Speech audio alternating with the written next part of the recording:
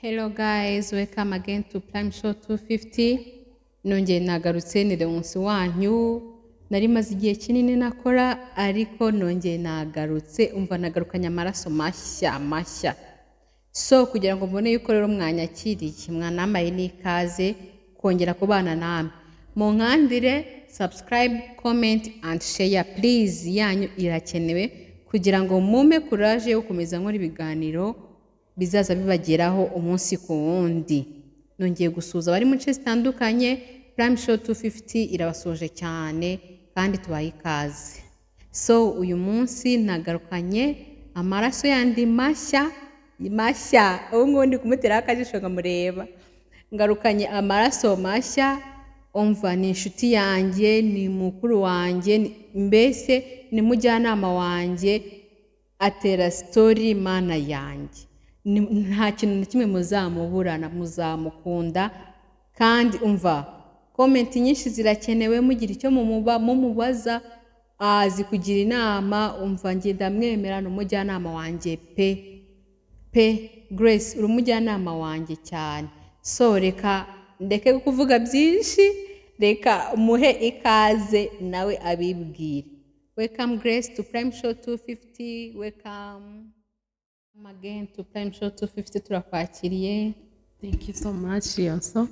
Thank you. Murakoze cyane nishimiye kubana namwe. Nukuri pe ndishimye cyane. Yonso angize mu YouTube. Oh my god. Thank you for coming. Ndabyishimiye. Tugiye kujya turabana buri munsi. Pe numva tuzajya tubaha ibiganiro uko bwije n'uko bukeye uko yabibabwiye nyine iyo turi kumwe dutera story turaganira tukagirana inama byinshi cyane. Rero namwe muzatinye kutubwira muri comment mutubwira ati tuganire kuri iki ufite ikibazo iki turahari ku bwanyu kandi ndabyizeye bizagenda neza. So nkuko yabivuze nitwa Iradukunda Grace ndahari ahangaha singomba kuhava. Ese ko niko uri kuzanisha udusoni komeza abana. Ntago byoroshye kujya kuri kamera bwa mbere ni ubwa mbere. Wow. Nabi. Awi. That's why. Urashoboye ahubwo umva welcome. Isoni zanyishe mu mbabarira. Rero so please mudukandire subscribe please kugira ngo Grace nawe ajye mu murongo nk'abandi. Mu cyumweru kimwe mume motivation kugira ngo nanjye ngende mbimenyera mbo mu YouTube. Okay, welcome. So Grace nyine tutere story nk'ibisanzwe nk'uko nkuzi tubizi sema. Oye kanumva tugiye kuba gato. Hari akantu maze nyine iminsi numva naganira nyine nkurikije ukuntu nkabona ukuntu biba bimeze ku bintu by'imibanire cyane sibyo. So urabona hari ukuntu abantu bashakana bakoze ubukwe nyine turabimenyereye muri rusange uziko ugiye kubana n'umuntu ukora ubukwe ariko hari n'abandi babana badakoze ubukwe ku mpamvu zitandukanye. So nyuma wenda bakazakora ubukwe cyangwa bakabyihorera. None ndashaka mumfashe tubiganeho mumbwira ati gushaka mbere mugakora mariage mbere yuko mubana no gukora mariage nyuma mwarabanye ikiza ni iki ndetse wa prefer gukora iki? Ubwo ngo no kuvuga ngo ese wakora mariage nyuma cyangwa wayikora mbere wabanza ukayikora icyo wahitamo n'ikiza kandi kidapanda. Umva Grace pe njyewe ndumva ngiye bitewe n'ukuntu nagiye mbona n'ibintu byinshi muri ubu buzima bwa buri munsi. Ngiye buriya mbona successful ziboneka ku bantu bakoze mariage nyuma bakoze ubukwe nyuma kuko mba mbona aribo bagiye babikora neza kuko baba bagiye gukora ibyo bazi. Ariko bitewe n'ukuntu tubizi mu muco wacu tuzi ko nyine bwa mbere nyine ubanza gukora mariage ubanza kwiyerekana mu miryango nyine ugashimira n'imiryango. Ariko njyewe nabonye biriya bintu byo kujya muri civile mukahita mugenda deni mukazakora igikwe nyuma nabonye ari byo bintu biba bifite umurongo. Ubwo nyine uratubwira.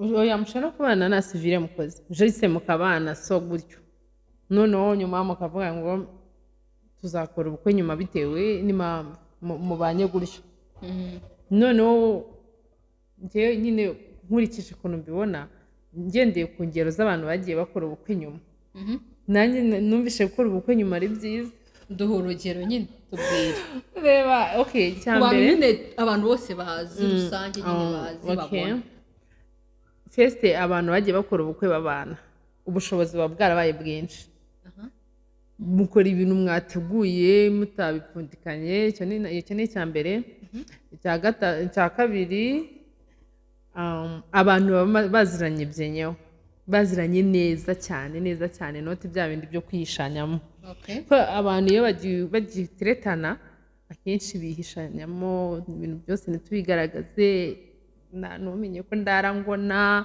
ibintu byose ntubimenye ariko iyo mumaze kubana umuntu arisanzura akakwiyereka wese akagutuka akakubwira neza akagukeyaringa cyangwa se bikamunanira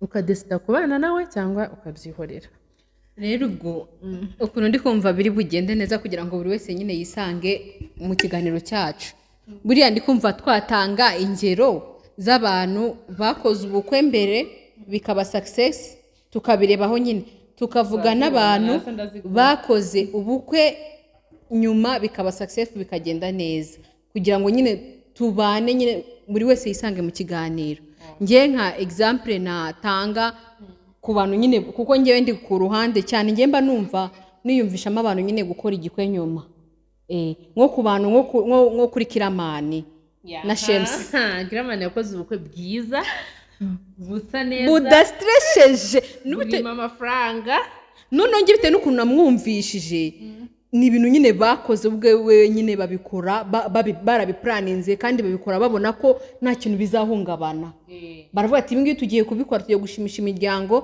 n'inshuti zacu ariko ntabwo turi busigare muri rose yewe n'umudamu babyumvikanye burabukwe mana shaka ari buteguye noneho umva ikintu nabonye abasitari bose wenda baheruka gukora ubukwe hano hafi The Ben aba ba Miki niyo Bosco ubukwe bwiza n'ubwa Kiramani Miki ariko nawe Miki naga bakoze ubukwe n'ubwa Miki ni bwiza ariko usanga ubukwe bw'abantu bagiye kubona bwa mbere butari bwiza cyane nk'ubw'abantu basanzwe babana maze na Miki numvishe ubukwe bwabo barabuteguye ubukwe bwabo barabuteguye bwari bumeze neza baravuze tureka dukora ubukwe noneho bokuntu nanabyumvishije uzi ko ngo ubukwe bwabo bo bwabo ngo barabwipangiye ngo nta nkwerera nyine nta bufasha bundi bari bakeneye hanze baba barakoze ikofi bararibizi bakoze ikofi bari abantu umva ngo aga rwose ngo yaragiye aravuga ati ngewe bukwe bwanjye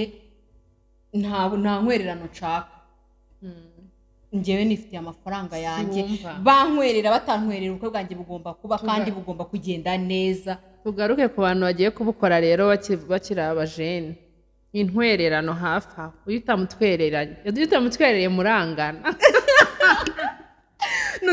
uzi ko noneho ari igihe umuntu uba ufite n'ubukwe bwinshi cyangwa umuntu agakora ubukwe yizeye intwererano kandi yizeye intwererano yawe utamutwerera mukangana nyine rero umva gusa nyine ngewe ariko ngewe n'agahande ko gukora ubukwe mbere ngewe burandaga nako ndanagakunda nyine icyiza cyo gukora ubukwe mbere muri sosiyete nyarwanda iyo ukoze ubukwe nyuma baravuga ngo yijyanye biba bisa nabi namwe murabizi ariko iyo ugiye uba warakoze ubukwe nayo ni respect turabyemera ariko ahenshi ubukwe ntabwo buba ari bwiza ntabwo buba butwika so rero ngere ukuntu ngewe byumva ngewe numva abantu badafite ubushobozi bwo kuba bakora ubukwe nyine batiringiye intwererano nyine yo ku ruhande ngewe numva babana deni ubukwe bakabukora nyuma so rero noneho ku bantu nyine babifitiye ubushobozi bwo kuba nyine bakora ubukwe batiringiye intwererano nabwo babukora mbere deni nyine bagashimisha umuryango ariko batagiye guhangayika ngo bavuge ati nyuma y'ubukwe. Impamvu tuvuze kuri ino topic, hari abantu bajya gukora ubukwe bagashwana mu munsi w'ubukwe, bagafata inguzanyo mu munsi kubera ubukwe, cyangwa se ugakundana n'umuntu finally mukangana ngo kuko adafite ubushobozi bwo gukora ubukwe. Please, icyo kintu mu gitekerezo ntabwo ari imbogamizi zo gutuma utabana n'umuntu ukunda. Second, ubukwe si ikintu cyo gutuma ufata inguzanyo ngo nyuma y'ubukwe mugende mutangire kugurisha intebe umugore mwaguze, mutangire mubeho nabi, inzara ibice, kandi byarashoboka ko mwagenda mukabana nk'abantu bakundanye, nyuma mugakora bigakunda, mukazakora ubukwe. Ikintu cy'ubukwe kireke kuba imbogamizi mw'abantu mwe mutarashaka. Ntabwo ubukwe ntabwo ari ikibazo, wabukora mbere ni ubukwe, wabukora nyuma ni ubukwe, kandi turishima, kandi bihita birangira ko mwabanye mudakoze ubukwe. Nta muntu ukibigaruka. Bara n'abasitari dufatira urugero ba Kiramani bande bakibonke kimukamubonye yapropoje ubu ngubu igikwe kigiye kute nawe ngo yaragiteguye, kandi turabizi afite umugore, ntacyo byari bitutwaye, nta kibazo, byanasaga neza fresh. Ntabwo iki kintu cyagombye kuba ikibazo muri sosiyete. Please, bana n'umuntu ukunda igihe cyose. Icyo nicyo cya mbere, urukundo ruganze ruze mbere y'ibintu byose, ruze mbere yo kuvuga ati ndashaka kujya gukora ubukwe.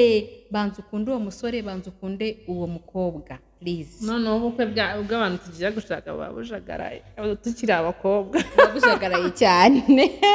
Ngwe story njye njya gukora ubukwe